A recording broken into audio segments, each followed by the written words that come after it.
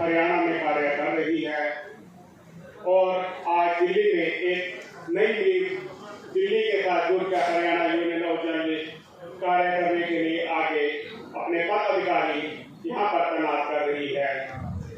Haryana union of journalist का एक बहुत अच्छा कार्य ये है कि जैसे कि हमारे पत्रकार भाई आपस में मिलजुल कर एक मंच पर इकट्ठे रहते हैं। किसी भी जगह पत्रकार भाई को कोई दिक्कत आ जाती है, जैसा कि हम देखते हैं कि हम एक न्यूज लगाने के लिए अपना निष्पक्ष कार्य करते हैं पत्रकार, लेकिन जो न्यूज हम लगाते हैं वो पक्ष विपक्ष दोनों के लिए होती है और कुछ शरारती तत्व जो कि बेकसूर आदमियों को, जनता को तंग करते हैं, उनके खिलाफ भी पत्रकार दृढ़ता से न्यूज लगाता है, लेकिन उसका सामना कई बार उनके साथ उनको अलग अलग स्थितियों में करना पड़ जाता है। लेकिन उस समय पत्रकार ने जब अखबार में खबर लगवा दी तो पत्रकार का साथ बड़ी अखबार ले नहीं देते, पत्रकार अकेला रह जाता है। हरियाणा यूनियन ऑफ जर्नलिस्ट उन पत्रकारों के साथ कंधे के साथ कंधा मिलाकर जहाँ भी कोई अन्याय की कहीं भी बात हो वहाँ पर हमेशा खड़ी रहती है।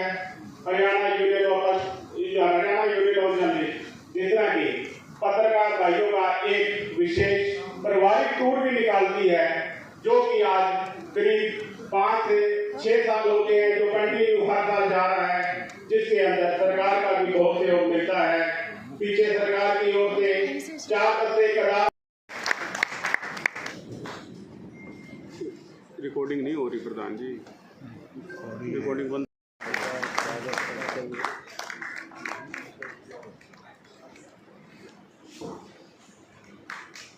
मैडम इधर भी देख लो। मैडम जी इधर भी देखो। मैडम जी इधर भी देख लो। इधर भी देखना, थोड़ा हटके जी, हमने उनको भी देखना। ये बीच वाली मैडम को थोड़ा देखिए। इधर आ जाओ जी। ठीक है जी।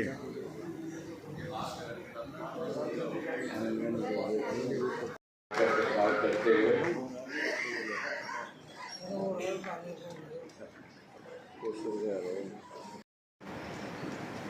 मैं रविकांत शर्मा जी, बंसीलाल और विमल जी को आग्रह करूंगा कि वो फैजल चौधरी जो विधायक हैं उनका बुके से स्वागत करें।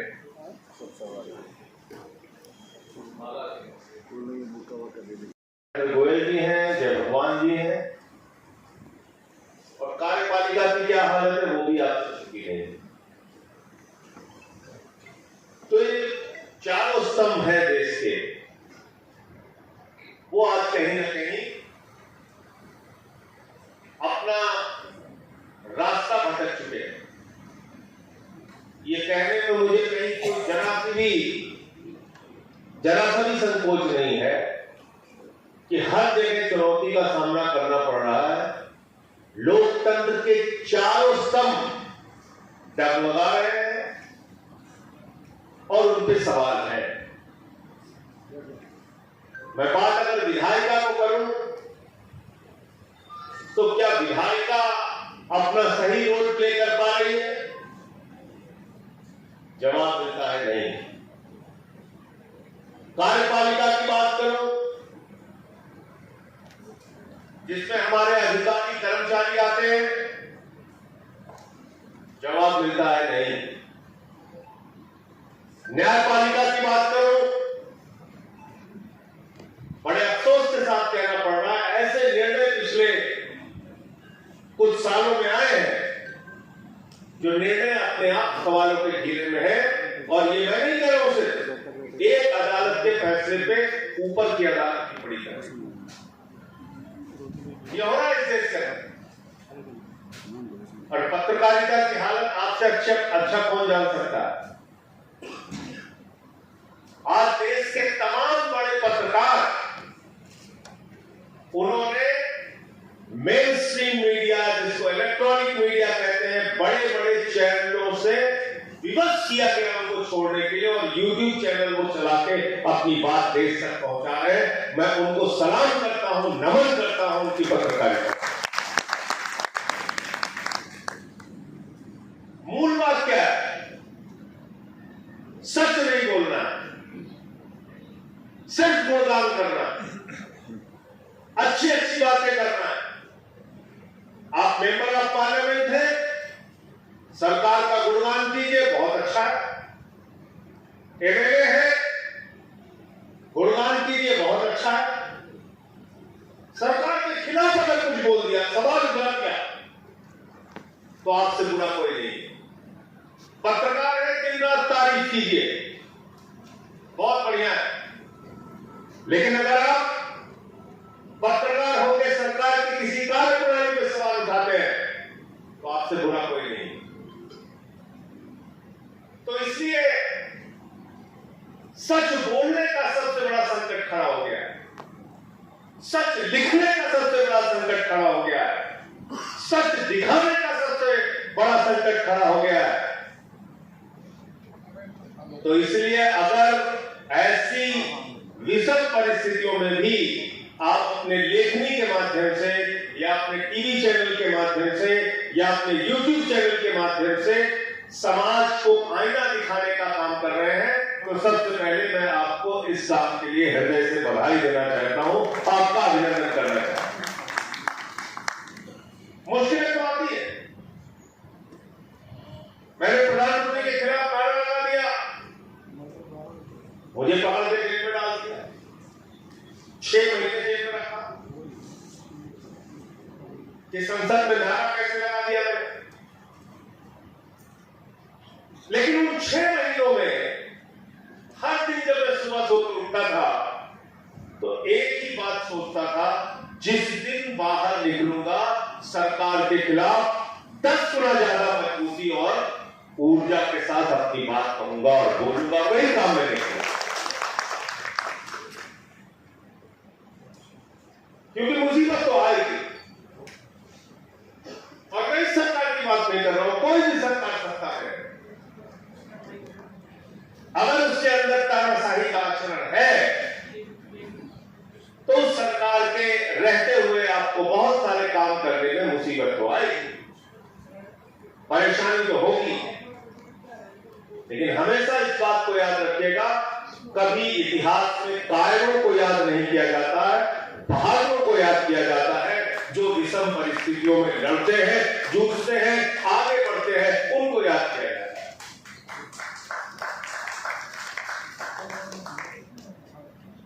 शहीद आजम भगत सिंह ने तो अपना सब कुछ न्यौछावर कर दिया इस देश के लिए 23 साल की उम्र में। आज तक हम उनको याद करते हैं, आने वाली पीढ़ियां उनको याद करेंगी। शहीद सुखदेव, शहीद राजगुरु, शहीद अशफाकुल्लाह, शहीद राजेंद्र गांधी, शहीद रोशन सिंह, शहीद राम प्रसाद बिस्मिल और 16 साल के खुदीराम बोस ने, जिसने हंसते हंसते फांसी के फंदे को चूमा, अगर वो भी डर गए होते तो क्या ये देश आजाद हो पाता? अगर राष्ट्रपिता महात्मा गांधी के नेतृत्व में जो करोड़ों हिंदुस्तानी सड़कों पर उतरा, उन्होंने देश को जगाया, डरते तो उस वक्त भी रहते होंगे, उस समय अंग्रेजों के शासन से भी डर लगता होगा, लेकिन लोग निकले अपने घरों से देश को आजाद कराने के लिए। तो मैं किसी का पार्टी का नाम ये बगैर ये कहना चाहता हूं, शासन में, सत्ता में जो भी रहे, अगर उसका आचरण तानाशाही का है, अगर उसका आचरण पत्रकारिता को दबाने का है, अगर उसका आचरण संसद और विधानसभाओं को अपने अधीन करके अपने हिसाब से संचालित करने का है, तो उसके खिलाफ मजबूती से आवाज उठानी पड़ेगी। उसका खामियाजा जो भी भुगतना पड़े, उसके लिए हमें तैयार रहना चाहिए।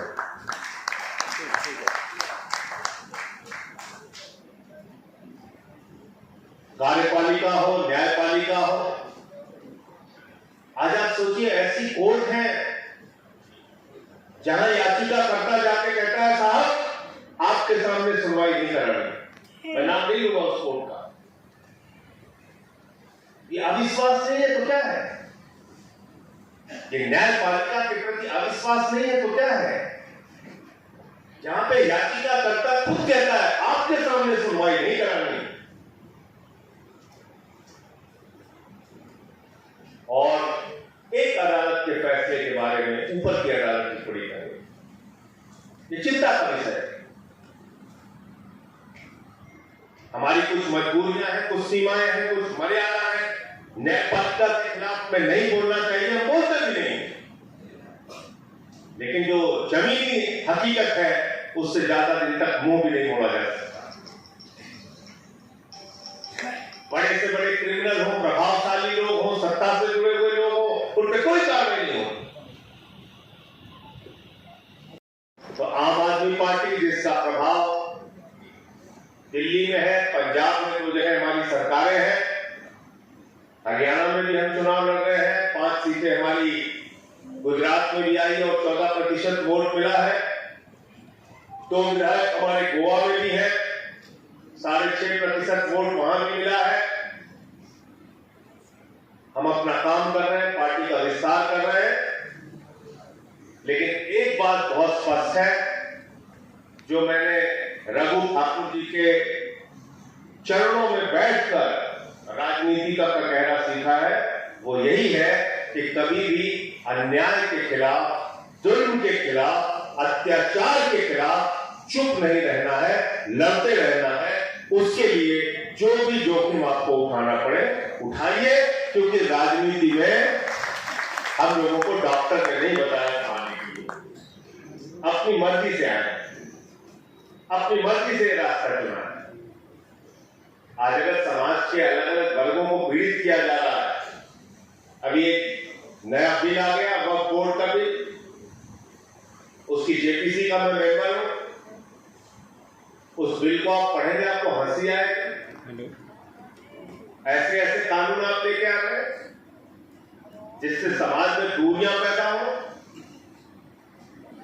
भारत का संविधान और जिस संविधान की रक्षा करने की जिम्मेदारी पत्रकार बंधुओं को भी है, भारत का संविधान बाबा साहब डॉक्टर भीमराव अम्बेडकर जी के द्वारा लिखा गया संविधान, उसकी धारा 26 कहती है इस देश में सबको धार्मिक आजादी है और अलग अलग धर्म को मानने वाले लोग अपनी उपासना पद्धति के हिसाब से पूजा कर सकते हैं, अर्चना कर सकते हैं, इबादत कर सकते हैं, प्रार्थना कर सकते हैं और अपनी धार्मिक संपत्तियों का प्रबंधन उसी धर्म के लोग करेंगे। इस बात की पूरी आजादी है, ये धारा 26 कहती है ना। तो आप एक गैर संवैधानिक बिल लेके आए हैं देश से, इसलिए कि समाज को बांटना है। क्या इससे देश का भला होगा? याद रखिएगा, आपने जो विषय दिया है देश की दशा और दिशा का, अगर दिशा सही नहीं रहेगी तो गाड़ी जाके टकराएगी, लोकतंत्र की गाड़ी टकराएगी, ये पहिए से उतरेगी। और जिस देश में पटरी से लोकतंत्र का पहिया उतरा है उसकी क्या हालत है आप देखिए। नफरत की बुनियाद पे, धार्मिक भेदभाव की बुनियाद पे पाकिस्तान तो बन सकता है, अफगानिस्तान तो बन सकता है, रेसिज्म के नाम पे जर्मनी में हिटलर का तो जन्म हो सकता है, लेकिन अगर गांधी का हिंदुस्तान बनाना है, डॉक्टर लोहिया का हिंदुस्तान बनाना है, बाबा साहब डॉक्टर भीमराव अंबेडकर के सपनों का हिंदुस्तान बनाना है, तो वो एकजुटता और भाईचारे की बुनियाद पे ही होगा। नफरत की बुनियाद पे हिंदुस्तान आगे नहीं जा सकता, मोहब्बत की बुनियाद पे हिंदुस्तान आगे बढ़ेगा। ऐसी ऐसी खबरें आती हैं और आपके मीडिया के माध्यम से रूह कांप जाती है। कल मैंने एक वीडियो देखा, एक दलित युवक को मध्य प्रदेश में, फिर बाद में पता चला वो पुरानी घटना है, लेकिन जब की भी घटना हो मैं उसके विस्तार में नहीं जाना चाहता। कई पुलिस वाले मिलकर दलित 15 साल के बच्चे को पीट रहे हैं निर्ममता से, फिर उसकी दादी को पीट रहे हैं। ये कटनी मध्य प्रदेश का मामला।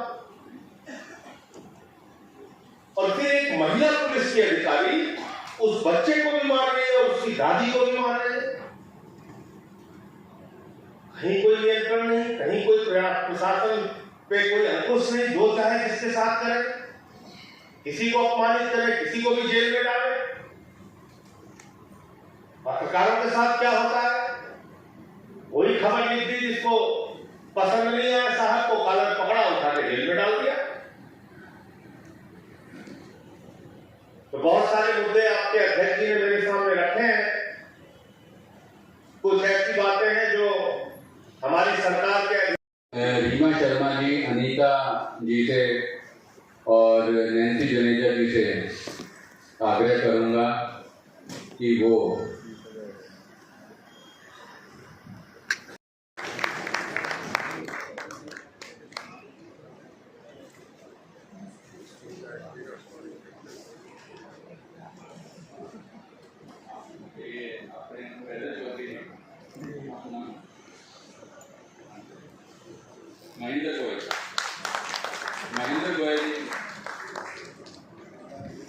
महेंद्र गोयल जी को शिवराज सिन्हा जी और विमल जी ये आगे आएंगे और बुके से स्वागत करेंगे।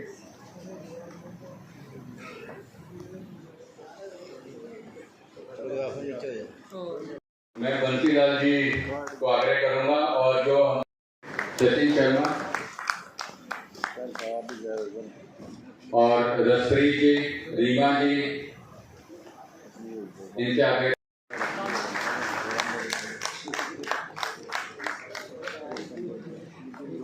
पंछी भी उड़ रहा है, लोग मेरे भाग जाते हैं या तो चिड़िया भी पेड़ में बैठी तो मैं सांसद जी कहता हूँ कि आप इतने जुझारू हैं वो तो हरियाणा सरकार से हमने जो भाई बता रहे कि हम टूर ले गए टूर होता है जो हमारे चाचे था वो कहाँ बैठे हैं, जैसे आप वहाँ बैठे थे तो पीछे आपके जो भाईचारा का परिवार था उन्होंने आपकी मदद की, तो ऐसे ही हम भी मदद करते हैं आपस में। तो आप दिल्ली वालों के लिए भी कलेक्ट्रेट पर हमारे साथी लोग आपसे फ्लैट लेंगे डीसी रेट पर, क्योंकि हमारी पोजिशन बहुत वीक होती है पत्रकारों की, आप भी जानते हैं। उनके लिए हरियाणा तरफ से एग्रीगेशन दिया जाए, मान्यता दी जाए और उनको भी फ्लैट दिए जाए, आसान किस्तों पर आपके पैसे देंगे।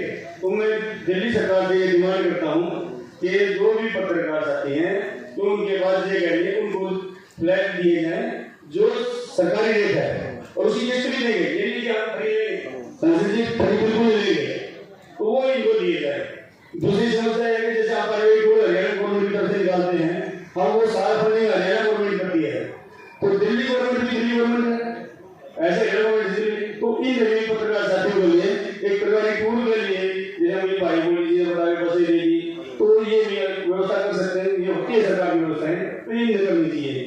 दूसरी ये जो पत्रकार साथी है कि पुलिस ठीक है आप कहते हैं हमारे अंदर नहीं आती लेकिन सरकार अंदर सब कुछ आती है, तो जो पत्रकारों पर अत्याचार होते हैं वो लिखते एक ही खबर के दो पहलू होते हैं, किसी के फेर में जाएगी किसी की एंटी जाएगी, जिससे एंटी है वो हमारा दुश्मन हो गया। तो जो अत्याचार पत्रकार होते हैं उनका भी आप ना अंकुश लगाने का काम करें तो आप सक्षम लगा सकते हैं। और जब पत्रकार निर्भीक नहीं होगा तो कोई भी किसी को कुछ भी कर सकता है, कोई कहने वाला सुनने वाला नहीं रहेगा। मैं पानीपत में चीफ जस्टिस हरियाणा के जो थे मुदगिल जी ने जो भवन बना था उसको गर्म किया तो वो पलवल के रहने वाले थे चीफ जस्टिस जी, उन्होंने कहा कि भगवान ना किसी को कोर्ट लाना पड़े, नहीं आना चाहिए, लेकिन पत्रकार के पास हमारे से भी जब लोगों को वो अपेक्षाएं कम हो जाती है तो पत्रकार के पास आता है। हम पत्रकार पत्रकारिता करते हैं, कोई जो है नहीं कोई नहीं है, लेकिन हमारे बच्चे हम तो 7 दिन रोड पर घूमते थे, आपकी खबरें लिखना वो करना, हम अपने बच्चों को प्रवेश नहीं कर पाते, नहीं पता हमारे बच्चे स्कूल गए नहीं गए, तो उनकी प्रवेश के लिए भी बच्चों को आरक्षण दिया जाए, पत्रकार के बच्चों को अच्छी एजुकेशन के लिए। ठीक है आपको एजुकेशन मिली हुई है, हमने देख रहे हैं तो उसमें आरक्षण दिया जाए, पत्रकार बच्चों के लिए आरक्षण नौकरी में दिया जाए, क्योंकि सारे हमें पता ये सारे पत्रकार साथी बैठे हैं कि इनके बच्चे कहाँ पे हैं, उनको आरक्षण देना इसलिए जरूरी है कि जब हर वर्ग को आरक्षण मिला है, मैं किसी जाति का आरक्षण नहीं मांग रहा, मैं पत्रकार साथी आरक्षण मांग रहा चौथा सुन रहा है जो दिशा नहीं दिखाता है देश को और जनता को भी। आज लोग क्या आप लोगों क्या बदल कर रहे हो, कौन करता है वो पत्रकार कर आप बता रहा है कि ये हो रहा है, तो उसकी जान खत्म भी हो सकती है। जिस आदमी जो काम गलत किया है तो जो हमारे दुश्मन है हम उसकी वजह खबर दिखा रहे लिख रहे हैं, तो इसलिए उसके लिए ना कि आज इसलिए हमारा एक सिद्धांतिक रूप से हमारा राइट भी बोलता है कि इनके बच्चों को आरक्षण दिया जाए। और सभी पार्टी हमारे मामले बैठे हैं तो मैं ज्यादा ना कह गई मेरे हिसाब से मैंने ये बोल के चले जाता हमारी भाषा कौन सुनता, कौन हमारी समस्या सुनता, तो आप सरकार एमपी साहब, और आप तो वैसे भी चालू, आप तो युवा हो, मेरे साल में वैसे 1 साल छोटे ही हुए, क्योंकि मैं 58 साल का हो गया हूँ। तो इसलिए जो मैंने किया है तो शायद गलती से कुछ ज्यादा हो गया हमको क्षमा करना, और बाकी का आपने काम करने के ना बटो, और एमपी साहब से जो है शायद उसको बोल बनाएंगे और तुम्हारे लिए समाधान जो निकाल देंगे। सभी से दोबारा नमस्कार, धन्यवाद, जय हिंद। बहुत बहुत धन्यवाद बशीर जी। समय का अभाव है और मैं महेंद्र गोयल जी को आग्रह करूँगा कि इस पौधे में बैठे हुए जितने भी पत्रकार बंधु हैं,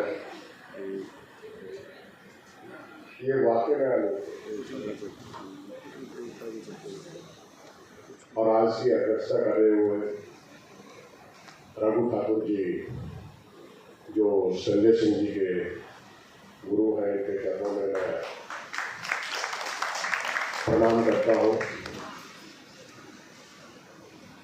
हमारे बब्बर शेर महाराज मिश्रा जी, प्रणाम करता हूँ इनको। भारद्वाज जी जो हमारे सबके आदमी हैं, और देश के अंदर जिस आवाज को सबसे ज्यादा सुनना पसंद करते हैं, ऐसे हमारे जुझारू साथी संजय सिंह जी को मैं यहाँ पर प्रणाम करता हूँ। छोटे भाई जय मनोहर जी, फैजल चौधरी जी, और मैंने आप लोगों को अनोखे इसलिए कहा कि आज यहाँ पर वो व्यक्तियों को सुनने के लिए आप लोग बैठे हैं जो अपनी निष्पक्ष आवाज के लिए फेमस है, और आप लोगों के लिए भी, और आप लोग भी शायद हमारी आवाज को उठाते हो, इसीलिए आप लोग हैं। अभी भाई साहब कह रहे थे पत्रकारों को आरक्षण मिलना चाहिए, बिल्कुल मिलना चाहिए, क्योंकि लोकतंत्र का चौथा स्तंभ होता है मीडिया, और कुछ ना कुछ होता रहना चाहिए या नहीं होना चाहिए या नहीं। ये तभी हो पाएगा कि जिस प्रकार से अरविंद केजरीवाल जी लोगों के लिए आवाज उठाते हैं, चाहे जेल में बंद होना पड़ा, उनको इस बात के लिए उन्होंने परवाह नहीं थी। आप लोग भी हमारे लिए निष्पक्ष होकर इसी प्रकार से आवाज उठाओगे तो आपकी आवाज भी जरूर सुनी जाएगी। और दिल्ली विधानसभा के अंदर इस क्वेश्चन को मैं लेकर आऊंगा, ये मैं आप लोगों से वादा कर रहा हूँ। और संसद के अंदर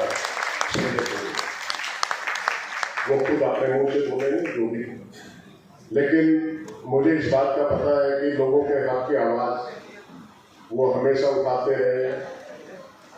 और जहां पर भाई साहब भी बोल रहे थे, हरियाणा सरकार ने 6 बसें दी है,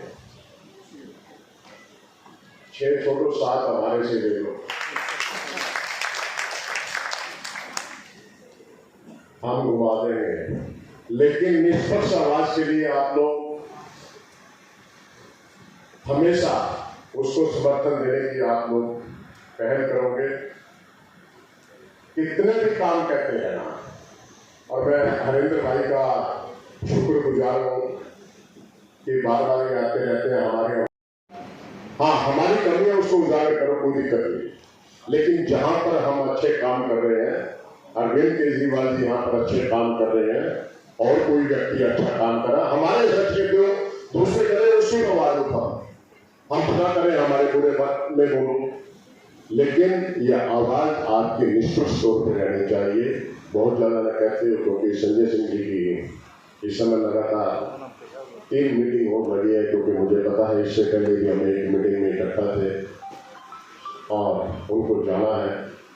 तो आप लोगों को जज्बे को मैं सलाम हो सकता है। निश्चित रूप से हम लोग आपके साथ हैं। महेंद्र गोयल जी ने भी कहा है, सरकार से वो सारे काम आपके करवाने का पूरा प्रयास करेंगे। लैंड हो, जमीन हो, फ्लैट हो, वो हम लोगों के अधीन नहीं आते हैं। आपको भी जानकारी होगी, पीडीए एलजी के पास है, सर्विसेज उन्हीं के पास है। 5 जजों ने फैसला दिया सुप्रीम कोर्ट के 5 जजों ने, ये कहा कि सर्विसेज इनको मिलनी चाहिए। 8 दिन के अंदर 5 जज के सुप्रीम कोर्ट के फैसले को 8 दिन के अंदर अध्यादेश के जरिए बदल दिया। तानाशाही नहीं तो क्या है? तो इसलिए मैं आप सबका फिर से हृदय से आभारी हूं कि आपने मुझे यहां बुलाया, अपनी बात कहने का मौका दिया। आगे जहां कहीं भी आपको हमारी जरूरत होगी, आपके साथ खड़े रहेंगे। दिल्ली सरकार से जो काम कराने की बात आपने कही है, उनमें से जो भी काम हमारे सरकार का अधीन आता होगा वो हम कराने का पूरा प्रयास करेंगे। बहुत बहुत धन्यवाद।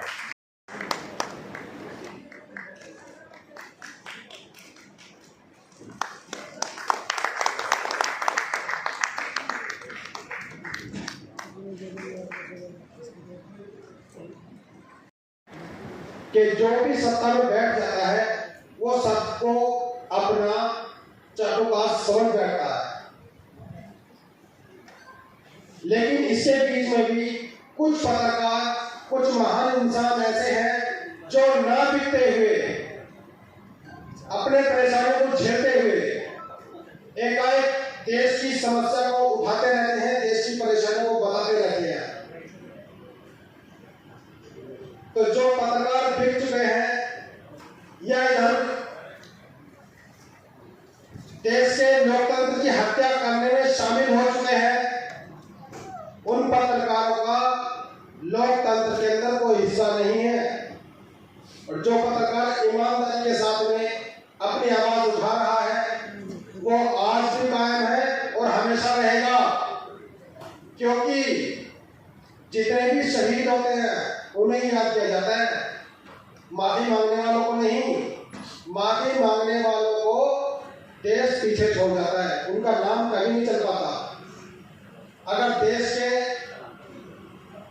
शहीदों को, महापुरुषों को अगर आप उनको देखोगे तो वो भी हम जैसे, आप जैसे एक कमजोर घराने से ही हो सकते हैं। कुछ ही लोग ऐसे हैं जो ज्यादा मजबूत घराने से थे, लेकिन सब मिडिल क्लास फैमिली से थे। तो आप भी अपनी आवाज को उठाइए और उसको बनाइए एक ताकत, और ताकत के साथ चलते रहिए। और इस देश की तरक्की के अंदर जितना हाथ पत्रकारों का है, जितनी कोशिश पत्रकारों की है, उनसे ज्यादा कुछ नहीं हो सकती। पत्रकारों के लिए मैंने 2 लाइन लिखी है, उनको आपको सुनाना चाहता हूँ। पत्रकार हूँ मैं जाता हूँ नुक्कड़ गली गली, लाता हूँ खबर जो भी चली, जनता तक पहुंचाने सच की टली। मैं जाता हूँ नुक्कड़ गली गली, मेरा नाम भी है, मैं बदनाम भी हूँ, क्योंकि मेरा खुलासा सरेआम भी है। मैं जानता हूँ इसका अंजाम भी। मैं पत्रकार हूँ, मेरा नाम भी है और मैं बदनाम भी। और हमने देखा, आप सभी ने देखा कि जिस टाइम कोरोना काल चल रहा था, लोग अपनी जिंदगी बचाने के लिए जूझ रहे थे। मौत की खबर कभी किधर से आ रही थी तो कभी किधर से आ रही थी, लेकिन एक पत्रकार ही ऐसा शख्स है राज्यों से और कौन कौन से इलाकों से पत्रकार बंदूक को लेकर आए हो आप, दिल्ली और हरियाणा यूनियन ऑफ जर्नलिस्ट ने ये सारी जो मीटिंग है फूलों से सजा रखी है। तो आप सभी को बधाई कि आप सभी आज एक जगह पर संगठित हुए, इकट्ठे हुए। और जब हम सब संगठित होते हैं, इकट्ठे होते हैं, तो एक ताकत बनती है। दोस्तों अभी क्योंकि अभी विस्तार से हमारे माननीय संजय सिंह जी ने आपको विस्तार से बताया, मैं इतना लंबा तो नहीं जाऊंगा, लेकिन थोड़े शब्दों में अपनी बात करूंगा। क्योंकि मैंने पढ़ा था कि पत्रकारिता की शुरुआत शायद मुझे लगता है कि बनारस से हुई, और बनारस में करीब 1800 के आसपास पहला जो न्यूज़पेपर है वो निकला। क्योंकि धीरे धीरे करके जो न्यूज़पेपर है जब लोगों तक पहुंचने लगा तो पत्रकारिता में धीरे धीरे उभार आने लगा। और उस बात के बाद में दोस्तों आज हमारे बीच में प्रिंट मीडिया है, इलेक्ट्रॉनिक मीडिया है और सोशल मीडिया है। देखिए सभी अपना अपना काम कर रहे हैं, सभी का अपना अपना काम है। लेकिन मैं चाहे वो इलेक्ट्रॉनिक मीडिया चाहे वो प्रिंट मीडिया, लेकिन अभी क्योंकि जो सोशल मीडिया है उसने अपनी ताकत को दिखाया। जो आम आदमी तक जो चीजें नहीं पहुंच पाती, जो सच्चाई उनके पास नहीं पहुंच पाती, उसको सही मायने में पहुंचाने का काम किसने किया? वो सोशल मीडिया ने किया। तो मैं सैल्यूट करता हूँ सोशल मीडिया के साथियों को, जिन्होंने जो चीजें लोगों तक नहीं पहुंच पाती और पत्रकार बंधुओं के थ्रू, आपके थ्रू ये सारी चीजें पहुंचती हैं। दोस्तों, हम आपके लिए हैं और हम कोशिश करते हैं, क्योंकि मैं एक विधायक हूँ हमारे विधानसभा से, लेकिन हम लोग प्रयास करते हैं कि लोगों का काम हो और अपने कार्य को करना चाहिए। क्योंकि अगर मीडिया बिकाऊ हो जाएगा तो मुझे नहीं लगता कि निष्पक्ष बात हो पाएगी। तो अगर निष्पक्ष बात करनी है, अगर स्वतंत्र बात करनी है, इस देश को आगे ले जाना है, किसी भी शहर को आगे बढ़ाना है, तो 4 स्तंभ है। मैं एक स्तंभ की नहीं, मैं 4 स्तंभ में कमजोरी है। तो हम लोग तो एक ही बात आपको कहेंगे, पहले के पत्रकारिता में निर्भीकता नहीं है। यदि निर्भीकता नहीं रहेगी तो मैं कई बार कहता हूं, जो लोग हंसी मजाक में कभी कभी गणतंत्र में बैठते हैं, तो मैं कहा पत्रकार लोगों की कलम का स्याही सूख गया। टीवी देखना, रिपोर्ट के मुताबिक 40% लोग टीवी देखना बंद कर, और इतना ही नहीं, जो सोशल मीडिया के माध्यम से आए हैं, बहुत सारे सोशल मीडिया से, अब मैं समझता हूं आप लोग पत्रकार हैं, हम नेतागण पब्लिक के बीच में जाते हैं तो हमारी प्रखरता, बुद्धि का काम करने की शैली तय करता। 2 ही हम लोग स्तंभ, 4 स्तंभ में 2 ही स्तंभ है जो जनता के बीच में जाता है।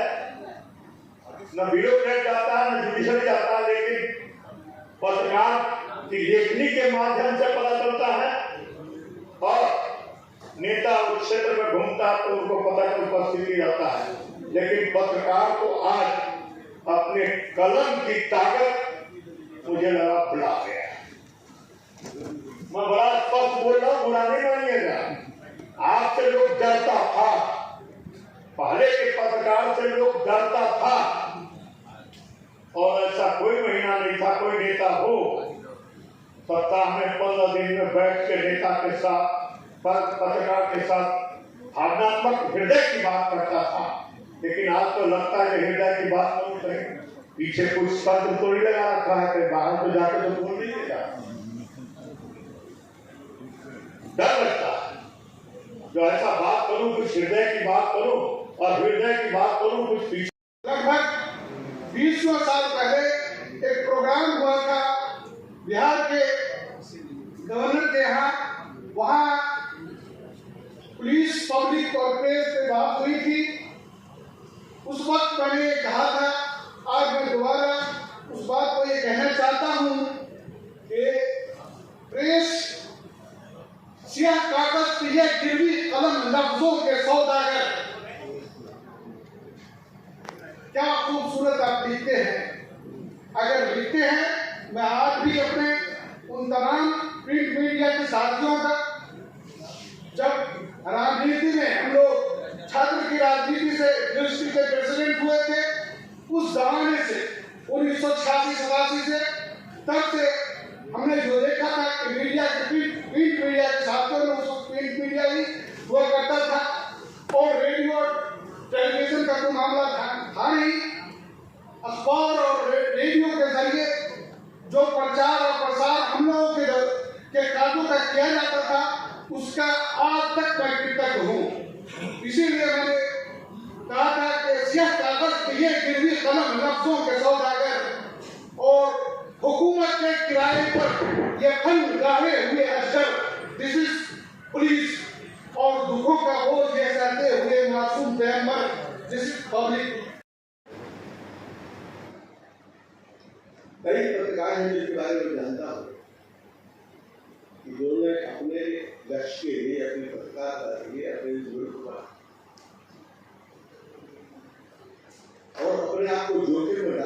भारत होता है। इसी दिल्ली के हमारे पत्रकार जो थे, जो हमारे टाइम से थे, अच्छे लोग। यहाँ दिल्ली में एक मजदूरों का आंदोलन हुआ और उन्होंने मजदूर आंदोलन किया। तो मालिक ने को जाके कहा, इससे तो क्या किया तुमने? आज जो बड़े बड़े अखबार हैं, बड़े बड़े पत्रकार अखबार हैं, उनके मालिक कौन है? उनके मालिकों का लक्ष्य क्या है? उनको क्या चाहिए? खबर वो चाहिए जिससे उनको पैसा मिले, खबर वो चाहिए जो दोपहर बिके। उन्होंने कहा भाई टीआरपी का हिसाब आप लगाइए, मैं तो मजदूरों की खबर नहीं। दोबारा फिर भी नहीं सीखी। और वो स्वाभिमान पत्रकार थे, वो प्रकार पता जिंदा नहीं है, तो सलाम करेंगे। उन्होंने त्याग पत्र दिया था, नहीं मैं यहाँ सेफ्टी की करने के लिए आया हूँ पत्रकार। तो पत्रकारों का एक बहुत बड़ा हिस्सा है, उससे बड़ा संघर्ष किया। उसे संदेह गड़बड़ नहीं और जो संघर्ष। तो तुम्हारा आनंद यहाँ बोल रहे थे तो बिहार की चलता है, इनको मैं आपसे और पहला नहीं जाता हूँ। 1980 में हिंदुस्तान में कानून आया था, नाम था बिहार प्रेस बिल। हमें याद है कि आपको 82 में आया, और बिहार प्रेस बिल के माध्यम से सरकार ने प्रस्ताव लाई थी, वो भी बिहार की सरकार। और मुख्यमंत्री जी बहुत से नाम बताओ लागू से मिला है। वो अगर खबर है तो खबर के बारे में आपको जिक्र करना है, वरना फिर आप वो स्टडी कर जाए। और बिहार प्रेस बिल के माध्यम से एक प्रकार से पत्रकारों की कलम के ऊपर बंधन रखा था। 80 का साल था, न केवल बिहार के बल्कि सारे हिंदुस्तान के पत्रकारों ने आंदोलन चलाया और सरकारों को बिहार में प्रेस प्राप्त है। तो पत्रकारिता में ताकत है, इसमें सरकार की ताकत है। उस ताकत को पैदा होगा, उस ताकत को पैदा करने से हमारी मदद होगी। अपने हाथ में पाल के मोबाइल वीडियो को सारा समाज सही है, गलत है, पर एक बात जो अखबार है, उस अखबार में जुड़ा है। सोशल मीडिया जो है, सोशल मीडिया का प्रचार है, व्यापकता है, पर सोशल मीडिया में सच्चाई की कोई तारीफ नहीं है। आप अभी सोशल मीडिया पे दीजिए, सुप्रीम कोर्ट के सामने प्रदर्शन हो गया तो 10-20 लाख लोग को देखी चर्चा करना सुप्रीम कोर्ट पता नहीं चला। अगर हिंदुस्तान में कोई जिम्मेदारी की पत्रकारिता है तो उत्तरदायित्व है, तो वो 10-20-50 करोड़ के सोशल मीडिया पे नहीं है। आज भी हिंदुस्तान की उत्तरदायी अगर कोई जिम्मेवार है तो पत्रकार है, लिखने वाला पत्रकार है, तो आप सब लोग उसके आप उत्तरदायित्व करें, आप उत्तरदायित्व करें। आपके ऊपर उत्तरदायित्व क्या हो सकता है? इसलिए आपकी खबर, आपकी बात का ज्यादा काम रखना नहीं। तो पत्रकारों की स्थिति की उसको चिंता है। हम लोग उम्मीद करते हैं कि पत्रकार कुर्बानी करें, हम लोग उम्मीद करते हैं कि पत्रकार को अवसर होना चाहिए, जरूर अच्छी बात होना चाहिए, परंतु आज से 100 साल पुरानी पत्रकार है और आज में थोड़ा फर्क है। आज पत्रकारिता के लिए दूसरी है रोजी और उसके लिए पेट्रोल रोटी। अभी यहाँ पर क्या है, तुलसीदास जी तो भूखे भजन न हो, रख लो अपनी कंट्री में, खाली पेट साफ क्यों नहीं कर सकते? उनकी व्यवस्था क्या है? आज इसलिए है बड़े बड़े अखबारों को जानता हूँ कि जो उनके स्थानीय कार्रवाई संवाददाता हैं उनको तनख्वाही नहीं मिलती। मामला याद है, कठोर की स्थिति क्या है? बड़े अखबार के हैं, अगर नया पद्धति चल पड़ी है बड़े अखबारों के नाम पर, तो फ्रेंचाइज है,